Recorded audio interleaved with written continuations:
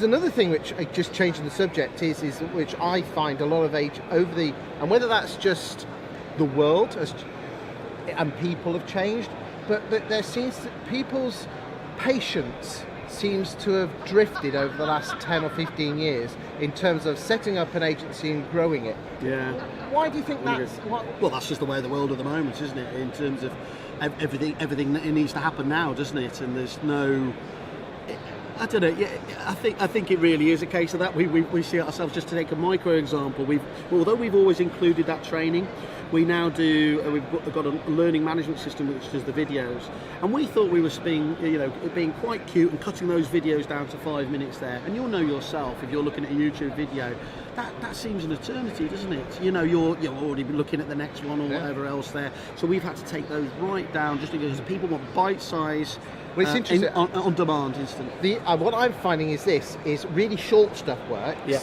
And if your content is good enough, really Perfect. long stuff. I think that's so. Anyone who's had the misfortune to get a proposal from us on many levels, they either kind of say, "Wow, that was comprehensive," or they just go, "Jesus," because we. I think it's that thing, isn't it? If you're enthused about a subject, you go into, let's say, train spotter mode, and you will happily sit. We talk about the videos we've got on our stand there. We've got 20 and 30-minute videos that we're kind enough for people who spend, and we know that people sit through that and get, because every one of ourselves included say the same thing. Let's be honest. The only differential is whether you actually deliver on that promise, and our clients are the ones who tell us that. So the more we can get of those, and the more that they are, and I get in a lot of trouble from our clients because I call them high maintenance. But they have to be high maintenance if they're pushing you to achieve what they want to. I mean, cards on the table time. Here you are, look at this, look at that, look at this. Look at that. Cards on the table time. If I was a letting agent, and and let's be honest, I've got a client system here, cards on the table. The biggest card that I'd be worried about swapping to a different provider is the transition. Yeah. It's a bit like landlords don't swap letting agents, just like people don't swap banks, just like letting agents don't swap softwares. Yeah. What the hell are you going to do that's going to make my world, if I was a letting agent, so much easier that it's plug and play? Because I tell you what, I still don't think any of you in the industry have nailed that comprehensively. Well, should I tell you? I'd say that there is no simple card on the table for doing that, and that's a really key point. So whilst changing is disruptive, don't overplay the level of disruption, but we're also very honest about this. You need to go into this with your eyes open, but there is no company that is more adept at taking as much of that responsibility in the project management process that we do off the shoulders of our clients. But ultimately, all of the decent systems have a level of customization there. You're either then letting us make that decision for you and you've just got an off-the-shelf package, or you actually understand what you're going to want within the software, and that needs a bit of soul searching. You're not just going to want to move it from your old legacy system. What do you look at? Now, let's take the tenets of this. So let's look at the cards. Data conversion is the biggest one. So you're obviously doing that. So data conversion. You've got somebody acquiring a business to a large degree is doing that for not just the current clients, but all the past clients that are within there. So if you're not getting the archive, you've essentially spent a load of money on nothing. Our data conversions for most of the main programs out there bring everything across and bring it. This is a key difference. Bring it as if you've been using the product. So when you go into RPS, it's as if you've been using What's that stand for? RPS Reapit Property Software. Lovely, that's... God, I'm glad I got that right. Don't ask me Reapit, I still don't know what Reapit is. Anyway. What's it stand for? Well, I honestly don't know. I've only been to 11 years. They tell you when you're 15. So, second thing is... So that second card down. Put the second one down there is about the actual project process. And it sounds a bit techie, but lots of our erstwhile colleagues will work really hard, like we will, doing demo after demo. You sign on the dotted line, and the next thing you know, you're essentially going line or filling an Excel spreadsheet of things. Well, that ain't enough. So we have, not only actually do we do a pre-scoping thing before anyone signs on the dotted line. Pre-scoping, yeah, because we want to find out, so much problem with IT is about expectation. If you've noticed, most of these people here today don't call themselves estate agency software anymore, or lettings agency software. It's CRM software, and that's entirely right. When I first started, and this is how I was able to get into your industry. I essentially sold the software on the fact it uploaded to Rightmove, it did a match, and it printed off a letter. You know, it was a glory day. Now, they are true CRM systems that do everything from MI reporting to integration with third-party systems. You could literally spend 2 to 3 days of it, which is, of course, reviewing it, and that's just not going to work. But let's be honest, it's like most things in life. You've got to use it. The amount, there's a very, very famous e-shot system called Brief Your Market, a piece of kit which I adore to bits.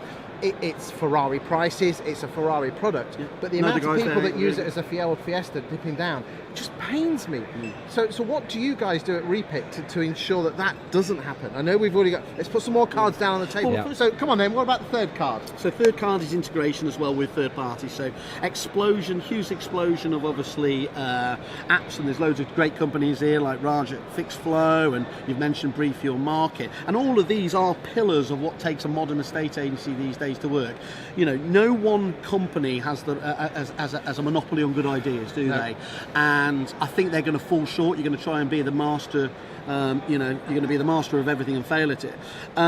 What's important is its seamless integration here, and that's a challenge for us as a business, and indeed all CRMs that are out there now. But then let's go to take it in terms of that as well. It's all very well having that large amount of consultancy and services at the start of the process, to get you live. But as you spoke about there, Josh Fegan when he comes over, and he talks about, look, I know you're going to come away from one of my sessions and you'll be like yourselves, and you're going to be inspired, you're going to be up here, and what happens is you just get a gradual tail off over here. Training has to be consistent, and it has to be. You have to execute. I'm a big fan of Gary Vaynerchuk, and he basically says it doesn't matter whatever you do, it all comes down to hard work and patience. And if you're not putting the time in, nobody's going to cry for you, are they? No one's going to cry for you. The fact is that the market, cheap fees, overvaluing. You're just going to, no one cares about you. The only person that cares about you is you and your mum. So you're just going to get out there and do the bloody hard work. She voted Brexit, so she doesn't care about me. So. Oh. There's alienated 52% of your viewers. There you go. Yes, but 48%. Okay. So I'll tell you what, because we're doing Texan Hold'em, there you go. We need an extra card. What have you got for me on Texan Hold'em? Apart from you, is that you at the end? What Bramwell? Yeah, still come on, working talk to me. So look, we spoke about it earlier as well. Though it's the ongoing process. It's the ongoing process of supporting it and making sure that you're getting the most out of it. That must be actually, if you think about it, that's the foundations. That's the cherry on the cake. But at the end of the day, that's the thing that's going to make or break it to ensure that they keep going with it. We'll take you over to the stand later on. One of the things that we've lots of our competitors try and say we do everything that Reapit does at a third of the price. It's fairly standard there. So really, you're almost like the Volkswagen Golf advert where it says, "Oh, it sounds like a Golf. It sounds like a Golf." Yeah. Well, I've always railed against it. We've been lucky enough to win 4 Supplier of the Year awards, and one of the clients in there, or one of the judges' reports, described us as the Rolls Royce, and I winced because Rolls Royce is exclusive, and you want to be seen as having value, and value is one of the key things that we try to get back. You mentioned about before, we're top dollar. We're top dollar because of all these services. So you get what you pay for in this world, and I firmly believe that. And would you still almost call yourself the Waitrose? We are. Well, think about it. As I said, we've launched Jet Software, which is now the small business edition of the software. So we we have. That's Marks and Spencer's value range. That's exactly right. Exactly right. So if you want, it's still the RPS software, but it doesn't have the 1,000,001, configurable options that the big guys need on there. So because what was really frustrating from my point of view, we'd have 50 leads a month from ex-user software, either starting up by themselves or bouncing to a business where they've got any number of horrible packages, and they say we want to use RPS. Well, previously our £1,850 minimum cost just ruled that out for all but sort of 5 offices up. Now that's at a £200 price point, Mark, well, that goes head to head with anyone, from your Des Resis through to your Altos and everything else. So we're really hoping that gives us that ground bed of support going forwards. But just going back to that value report, one thing we've done is we've taken that consultancy onto a different level, whereby we're now doing what's called a value report, and it's essentially an MOT on your database. And quote the Aussies again, rather have a fit database than a fat database. And so what we're doing is even the very best agents that we have, and we have more of the best agents than anyone else on there. But we were seeing, when we were doing analysis of their databases, that they were still missing opportunities. And so they were going out and spending on weird and wonderful marketing things. And what we said, look, until you can say that you've realistically spoken to every one of your past clients in there, don't go start looking at those extra things.